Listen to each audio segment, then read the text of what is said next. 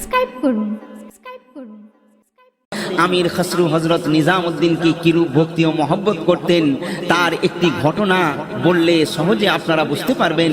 ভাইরে আমার, একবার এক ফকির হযরত নিজামউদ্দিনের কাছে কিছু সাহায্য চাইলো।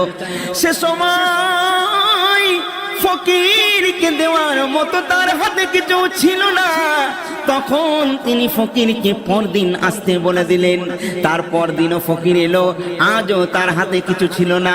তিনি আজও ফকিরকে বিদায় করে দিয়ে তারপর দিন আসতে বলে দিলেন। হযরত নিজামউদ্দিন আউলিয়া ফকিরের কাছে খুবই লজ্জিত হলেন। আজ তিনি তাকে খালি হাতে ফিরিয়ে না দিয়ে তার পায়ের জুতোখানা ফকিরকে দান করে দিলেন। এ ঘটনার কিছুদিন পর কবি আমির খসরু বাদশার সাথে কোথাও যাচ্ছিলেন। পথে এ দরবেশ সাহেবের সাথে তার সাক্ষাৎ হলো।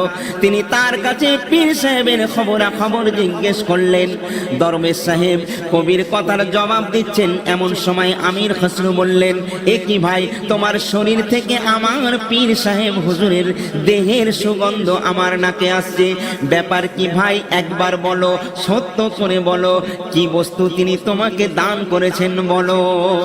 ফকির শুনে হা হা করে হেসে ওঠে। তারপর নিজের পুটলি থেকে পীর সাহেবের জুতো জোড়া বের করে দেখিয়ে দিয়ে বলল, দেখো দেখো, এই জুতো জোড়া তিনি আমাকে দান করেছেন। পীর সাহেবের জুতো দেখে আমির খসরুর মন চঞ্চল হয়ে উঠল।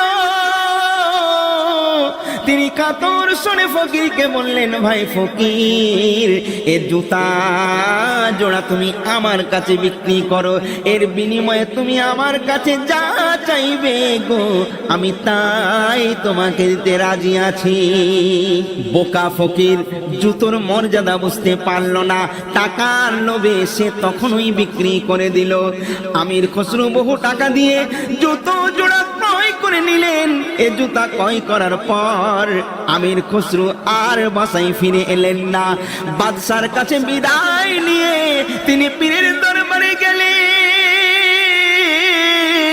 সেখানে গিয়ে পীর সাহেবের পায়ে পড়ে জুতা জোড়া তার পায়ে পরিয়ে দিলেন।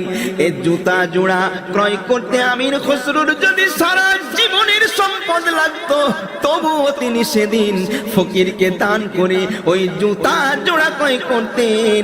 পীরের প্রতি এতই ছিল তার মহাব্বত। এই জন্য হযরত নিজামউদ্দিন আউলিয়া হুজুর আমির খসরুকে এত স্নেহ করতেন। তিনি বলতেন, যদি শরিয়াতের এক কবরে দুজনকে দাফন করার বিধান থাকতো, তাহলে আমি বলে যেতাম যে আমাদের উভয়কে যেন একই কবরে দাফন করা হয়। কিন্তু শরিয়াতে সে বিধান নেই বলে তা সম্ভবপর হলো না। তবুও তার প্রতি আমার আন্তরিকতা ও স্নেহ ভালোবাসা রয়েছে।